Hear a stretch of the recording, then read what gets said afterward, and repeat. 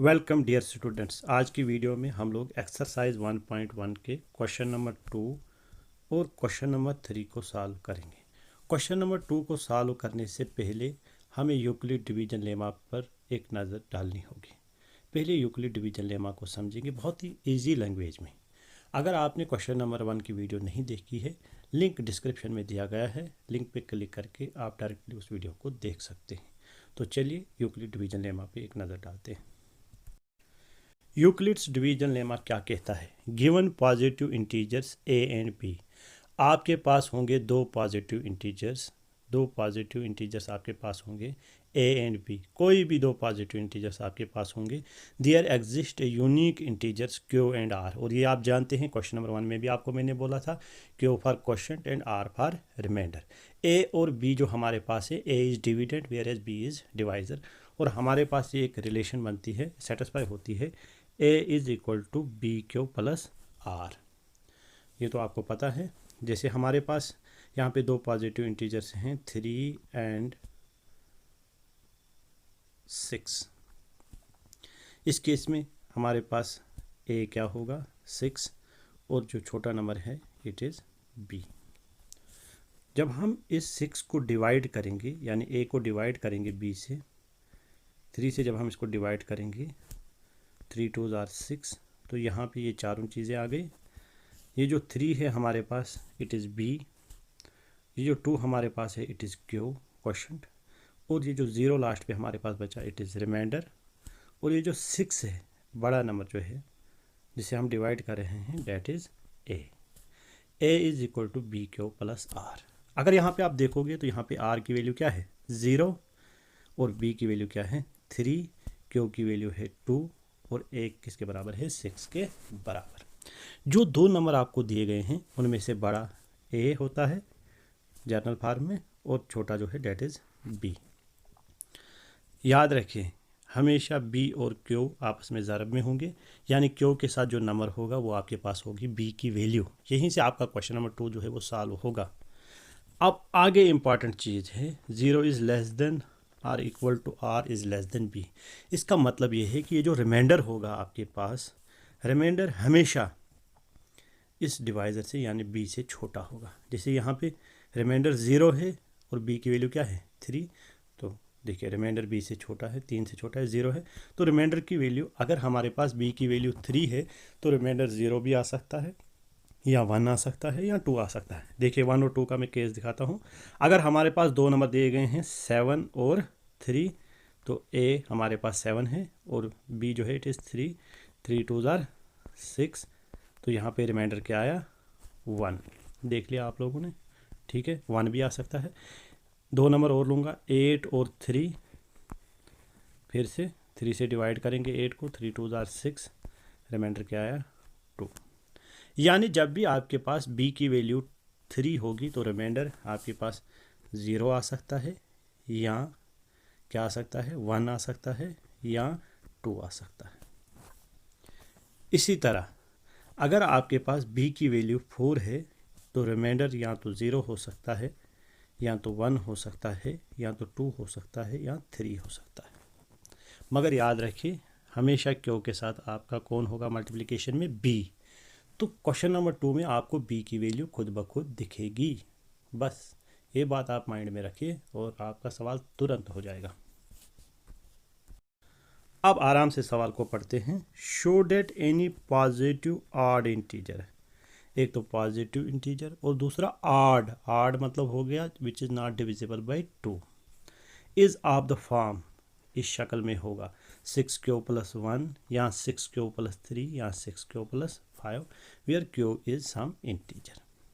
और आपको मैंने बताया था यहाँ पे जो आपके पास क्यू के साथ नंबर होगा डेट इज़ बी, जो हमने जनरल फॉर्म में देखा। अब क्या करेंगे हम, अब इसको हम सॉल्व करते हैं। हमने क्या लिखा, let A be any positive odd integer. हमें पता है ना कि b की वैल्यू हमें वहाँ से निकली, जो क्यू के साथ नंबर होगा डेट इज़ b, तो b की वैल्यू क्या है हमारे पास 6।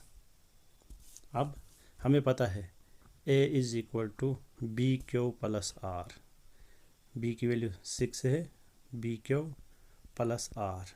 अब यहाँ पे आगे हमने लिखना है 0 is less than or equal to R is less than B general form में है, तो यहाँ बी की वैल्यू क्या है 6। इसका मतलब आर की वैल्यू क्या हो सकती है, आर की वैल्यू 0 भी हो सकती है 1 भी हो सकती है, but it is less then 6। यानी कहाँ तक हम ले सकते हैं, जब b की वैल्यू 6 होगी तो रिमाइंडर 0 भी हो सकता है 1 भी हो सकता है 2 भी हो सकता है 3 भी हो सकता है 4 भी हो सकता है 5 भी हो सकता है, बट इट कांट बी 6। फिर क्या होगा, देन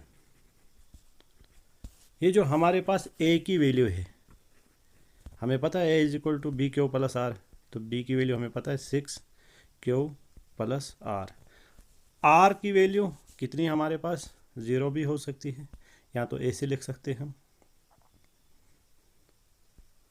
या तो हो सकता है 6 क्यू प्लस रिमाइंडर की जगह 1 भी हो सकता है, और 6 क्यू प्लस रिमाइंडर की जगह 2 भी हो सकता है, और 6 क्यू प्लस 3 भी हो सकता है, और 6 क्यू प्लस 4 भी हो सकता है, और 6 क्यू प्लस 5 भी हो सकता है। ये 6 स्टेटमेंटें हमने क्यों ली, क्योंकि यहाँ पे जो हमारे पास आर है उसकी अलग अलग वैल्यूज़ हो सकती हैं। अगर बी 6 है तो आर की वैल्यू 0 भी हो सकती है, 1 भी, 2 भी, 3 भी, 4 भी, 5 भी। लेकिन सवाल हमसे पूछ रहा था ये जो ए है ये हमारे पास क्या है, it is positive odd integer. यहाँ पे हमें कह रहा था ए जो है वो क्या है, ऑड। अगर हम इस पे नज़र दोहराएंगे तो ये 2 से डिवाइड होता है, तो ये ऑड नहीं आएगा। यहाँ पे देखिए इसमें 2 टर्म्स हैं, एक तो 2 से डिवाइड होती है दूसरी नहीं, ये ऑड है। ये वाला again both terms are even, cancel हो जाएगा। यहाँ पे दोनों क्या है 6 क्यू प्लस 3, ठीक है। जब प्लस में 3 आया ऑड नंबर आया तो इसका मतलब यहाँ पे क्या है, this again odd. 6 Q plus 4 ये क्या है इवन, और 6 क्यू प्लस 5 क्या है, इट इज़ ऑड। क्योंकि एक ये जो 3 हमारे पास यहाँ पे जवाब आ रहे हैं 6 क्यू प्लस 1, इसमें एक टर्म तो ऑड है, दूसरा जो है साथ में सॉरी एक नंबर जो है वो, या एक टर्म जो है डैट इज़ इवन, और एडिशन में इसके जो है वो ऑड नंबर, वो इसको ऑड ही बना देता है। अगर आप किसी इवन नंबर को ऑड ऐड करेंगे तो वो ऑड ही बनेगा। तो same is case with 6 Q plus 3 and 6 Q plus 5। तो हम क्या लिखेंगे, since A is odd, since A is odd, इसलिए क्या होगा, देयरफॉर, इसलिए क्या होगा,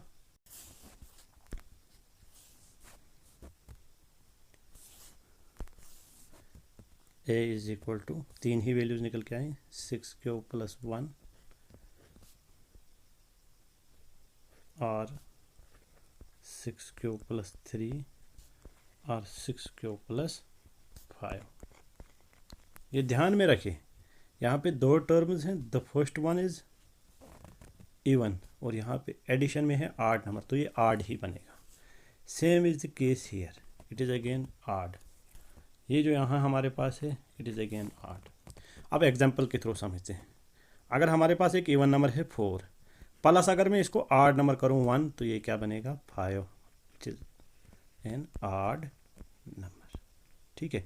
अगर 2 टर्म्स आप ऐड कर रहे हैं उनमें एक ऑड है एक इवन है, तो हमारे पास वो क्या रहती है, वो term that is always odd. तो ये था हमारा क्वेश्चन नंबर 2, बहुत ही आसान। अगर आपको समझ नहीं आया फिर से इस वीडियो को देखिए, कोई क्वेश्चन होगा आप पूछ सकते हैं। अगर वीडियो अच्छा लगता है यू कैन लाइक, और अगर कोई सवाल होगा तो आप कमेंट बॉक्स में पूछ सकते हैं। अब हमारे पास है क्वेश्चन नंबर 3, बहुत ही इजी। अगर आपको क्वेश्चन नंबर 1 आता है अच्छे से, you can do it easily. An army contingent of 616 members is to march behind an army band of 32 members in a parade. एक परेड में 616 हमारे पास कंटीजेंट मेंबर्स हैं, और आगे आर्मी बैंड है कितने का, 32 मेंबर्स का। The 2 groups are to march in the same number of columns. दोनों ग्रुप्स में हमारे पास क्या है, सेम नंबर ऑफ कॉलम्स हैं। What is the maximum number of columns in which they can march. तो मैक्सिमम नंबर ऑफ कॉलम्स हमारे पास क्या निकलेगा, it will be the HCF of both these numbers. किस किस का HCF, 616 का और 32 का। यहाँ पे हम लोग क्या करेंगे, ये जो हमारे पास 616 है इसको हम लोग डिवाइड करेंगे 32 से, सेम जैसे हमने क्वेश्चन नंबर 1 किया था। 616 को हम लोग क्या करेंगे, 32 से डिवाइड करेंगे।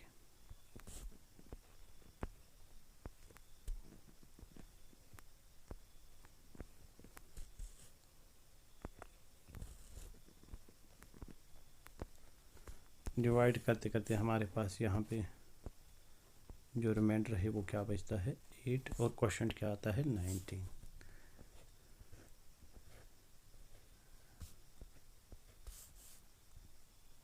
अब अगला स्टेप हमारा क्या रहेगा, क्योंकि यहाँ पे रिमाइंडर जो है इट इज़ 8, हमें रिमाइंडर 0 होना चाहिए।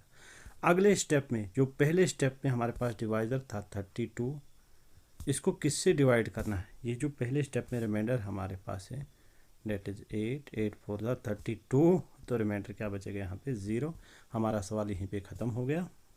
जिस स्टेप में हमारे पास रिमाइंडर 0 के बराबर हुआ उस स्टेप में हम लोग देखेंगे हमारा डिवाइज़र क्या है, इट इज़ 8, ठीक है। तो हमारे पास जो HCF है किसका 616 और 32 का, वो किसके बराबर है 8 के बराबर। बस हमारे पास ये सवाल सॉल्व हो गया। और आखिरी लाइन हम लोग क्या लिखेंगे, क्योंकि HCF 8 निकला है तो हम लिखेंगे hence the maximum number of columns in which they can march